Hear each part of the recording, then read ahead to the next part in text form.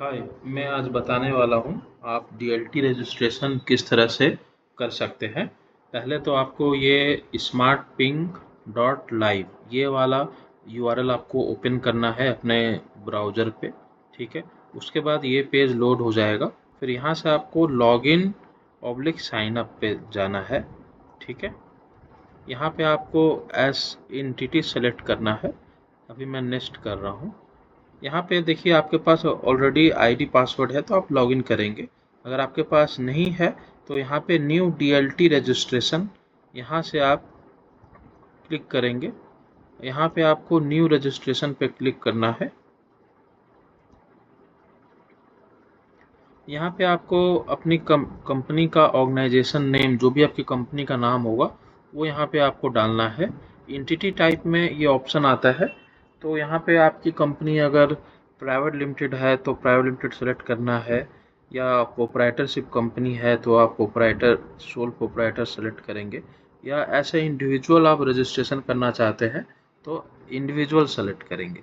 अगर आप ऐसे इंडिविजुअल आप अगर सेलेक्ट करते हैं तो डॉक्यूमेंट्स में आपको अपना आधार कार्ड और पैन कार्ड और आपका ड्राइविंग लाइसेंस या वोटर आईडी, ये 3 डॉक्यूमेंट्स आप यूज़ कर सकते हैं, ठीक है। यहाँ पे आपको मेल आईडी देना है। मेल आईडी आप किसी भी तरह का मेल आईडी आपके पास है, कंपनी का डोमेन का है या जीमेल का आईडी है तो वो आप यहाँ पे डाल सकते हैं। कैटेगरी ऑफ ऑर्गेनाइजेशन, जो भी आपकी कैटेगरी है ऑर्गेनाइजेशन का, ये सारे कैटेगरीज दिए हुए हैं। इसमें से कोई एक आपको सेलेक्ट करना होगा जो आपके कैटेगरी में फिट होता है। अगर आपका स्कूल कॉलेज है तो आप एजुकेशन सेलेक्ट करेंगे, या हेल्थ रिलेटेड आप सर्विस प्रोवाइड करते हैं जैसे आपका हॉस्पिटल है या मेडिकल स्टोर है या ऑनलाइन मेडिकल स्टोर है जिससे कस्टमर ऑनलाइन मेडिसिन ऑर्डर करते हैं तो ये हेल्थ में जाएगा। अगर आपका ई कॉमर्स वेबसाइट है तो कंज्यूमर गुड्स एंड ऑटोमोबाइल्स में जाएगा। अगर आप आईटी रिलेटेड सर्विस प्रोवाइड करते हैं तो जैसे सॉफ्टवेयर डेवलपमेंट का काम हो गया, तो इन सब चीज़ों के लिए आप कम्युनिकेशन, ब्रॉडकास्टिंग, इंटरटेनमेंट, आईटी वाले ऑप्शन चूज करेंगे। या आपके होटल्स हैं और आपका कैफ़े है तो ये आपका फूड एंड बेवरेजेस वाले ऑप्शन में ये सबसे लास्ट वाला ऑप्शन आप चूज करेंगे, ठीक है। तो इसमें से आप कोई भी ऑप्शंस अपने हिसाब से आप चूज कर लीजिएगा, ठीक है। फिर सर्विस टाइप में आपको ये एसएमएस सेलेक्ट करना है, ठीक है। फिर आप नीचे यहाँ पे आप देख रहे हैं, यहाँ पे एड्रेस आपको मेंशन करना है। आप यहाँ पे एड्रेस, वही एड्रेस आप यहाँ पे मेंशन करें जो आपके डॉक्यूमेंट्स में होगा, ठीक है। जैसे आप अपने डॉक्यूमेंट्स में अगर प्रोप्राइटरशिप कंपनी है तो अगर आप जीएसटी सर्टिफिकेट लगाते हैं तो जीएसटी में जो एड्रेस होगा वही एड्रेस आपको यहाँ पे डालना होगा, नहीं तो फिर वो रिजेक्ट हो जाएगा, ठीक है। या आप उद्गम आधार अगर लगाते हैं तो उसमें जो एड्रेस होगा वही यहाँ पे यूज़ करना होगा, ठीक है। तो ये एड्रेस आपको चूजली यूज करना है। यहाँ पे आपका मोबाइल नंबर होगा, कोई भी मोबाइल नंबर आप यूज कर सकते हैं। ऑथराइज पर्सन नेम में आपको यहाँ पे ऑथराइज पर्सन नेम का जो आपका जो जिनको आप ऑथराइज कर रहे हैं, क्योंकि इसमें एक ना अंडरटेकिंग ऑथराइजेशन लेटर भी लगाना पड़ता है, ठीक है। ऑथराइजेशन लेटर में जिनको भी आपने ऑथराइज किया है डीएलटी रजिस्ट्रेशन के लिए उनका ही नाम यहाँ पे होगा, उनका डेजिग्नेशन आप ऑथराइजेशन लेटर में जो भी आप देंगे तो वो चीज़ यहाँ पे आपको देना पड़ेगा। डेजिग्नेशन में अगर वो डायरेक्टर हैं, मैनेजर हैं, ठीक है, जो भी होगा उनका वो यहाँ पे आपको मेंशन करना होगा। और यहाँ पे ऑथराइजेशन लेटर जो होगा वो यहाँ पे आपको अपलोड करना होगा, ठीक है। ऑथराइजेशन लेटर जो है आपकी कंपनी के लेटर पैड पे होना चाहिए। अगर ऑथराइजेशन लेटर अगर आपका इंडिविजुअल, ऐसे इंडिविजुअल आप रजिस्ट्रेशन करवाते हैं तो उस केस में आपको एक पेपर पे आपको ऊपर में आपको अपना नाम लिख देना होगा बोल्ड लेटर में, उसके नीचे आपको अपना एड्रेस मेंशन कर देना होगा और फिर आप वो ऑथराइजेशन फॉर्मेट जो होगा वो वहाँ पे आप डालेंगे और वहाँ पे अपना ऑथराइज खुद अपना वहाँ पे ऑथराइज पर्सन में अपना नाम लिखेंगे और नीचे में आपका सिग्नेचर हो जाएगा। और जो कंपनी के बिहाफ में कर रहे हैं, जो आपका private limited company, trust, society या जो भी है, तो उनके अपने कंपनी के लेटर पैड पे वो ऑथराइजेशन लेटर होगा। ठीक है, यहाँ पे मोबाइल नंबर आप दे देंगे। मोबाइल नंबर को वेरीफाई करना पड़ता है। जैसे आप वेरीफाई पे क्लिक करेंगे, आपको एक OTP आएगा आपके नंबर पे, OTP दे के आप वेरीफाई कर लेंगे। ठीक है, उसके बाद यहाँ पे आपको पैन नंबर डालना होता है। पैन नंबर आपको डालना होगा जो आपका पैन है। अगर इंडिविजुअल है तो इंडिविजुअल का पैन नंबर आएगा। अगर प्रोप्राइटरशिप कंपनी है तो प्रोप्राइटर का जो पैन कार्ड होता है वो उनका नंबर आएगा। ठीक है, अगर प्राइवेट लिमिटेड कंपनी है, ट्रस्ट है, सोसाइटी है, अगर कंपनी है तो कंपनी का पैन नंबर यहाँ पे आएगा। फिर आपको वेरीफाई करना होगा यहाँ पे क्लिक करके, और यहाँ पे पैन आपको अपलोड करना होगा। ठीक है, GST सर्टिफिकेट आपके पास है तो यहाँ पे GST नंबर डालना होगा। GST नंबर डालने के बाद यहाँ पे GST सर्टिफिकेट आपको अपलोड करना पड़ेगा। ठीक है,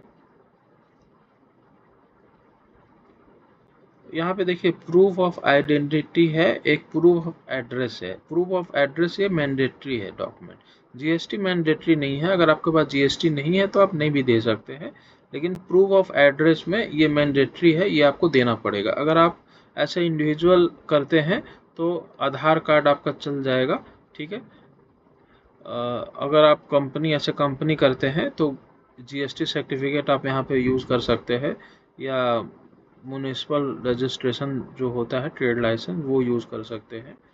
ठीक है,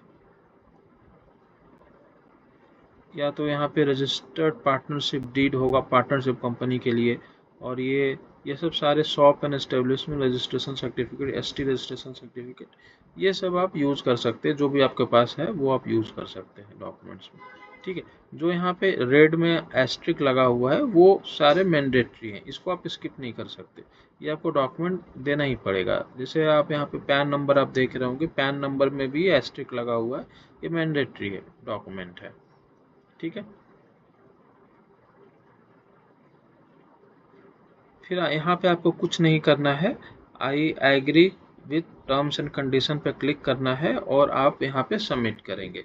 जैसे ही आप सबमिट करते हैं तो आपको एक ना मेल आता है वेरिफिकेशन के लिए। आपके जो मेल आईडी आपने जो दिया होगा, जो यहाँ पे आप मेल आईडी यहाँ पे देंगे, ठीक है, यहाँ पे जो मेल आईडी देंगे, तो यहाँ पे जो आप मेल आईडी देंगे और ये वाला मेल आईडी आपको दोनों सेम ही रखना है। ठीक है, यहाँ पे जो मेल आईडी होगा ये दोनों आपको सेम ही रखना है। तो जैसे ही आप यहाँ पे मेल आईडी देते हैं तो उसी मेल पे आपको एक वेरिफिकेशन मेल आता है। वेरिफिकेशन मेल पे आपको क्लिक करके ईमेल आईडी अपना वेरीफाई कर लेना है। जैसे ही आप अपना ईमेल आईडी वेरीफाई करते हैं, विथिन 24 आवर, 24 घंटा के अंदर आपको DLT की तरफ से आपको, अगर आपका डॉक्यूमेंट सारा प्रॉपर रहा तो आपको पेमेंट के लिए आपको DLT की तरफ से मेल आ जाएगा, मैसेज आ जाएगा।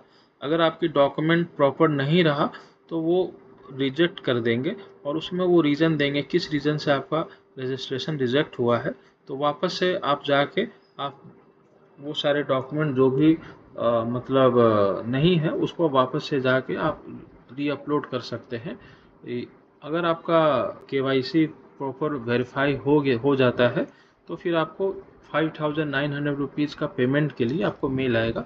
आप पेमेंट कर देंगे। जैसे ही आप पेमेंट करेंगे, पेमेंट होते ही 24 घंटे के अंदर आपको आपके रजिस्टर मेल आईडी पे DLT का आपको ID एंड पासवर्ड ये आपको मिल जाएगा।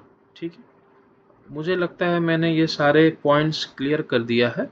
ठीक है, और इसके अलावा और कोई भी आपको जानकारी चाहिए तो आप bulkssms.com पे जाके आप देख सकते हैं, या हमारे सपोर्ट कॉन्टैक्ट नंबर 7779960002 पे आप कॉल भी कर सकते हैं। मैं एक बार फिर से मैं आपको नंबर बता देता हूँ। हमारा जो सपोर्ट का नंबर है वो 7779960002 है, उस पर भी जाके आप कांटेक्ट कर सकते हैं, या हमारे ऑफिशियल वेबसाइट bulkssms.com पे भी जाके आप जानकारी ले सकते हैं। मैं जो कंपनी का ऑफिशियल वेबसाइट है उसका लिंक मैं डिस्क्रिप्शन में डाल देता हूँ, और कस्टमर सपोर्ट का नंबर भी मैं डिस्क्रिप्शन में डाल देता हूँ, उनसे आप कांटेक्ट कर सकते हैं। ठीक है, थैंक यू वेरी मच।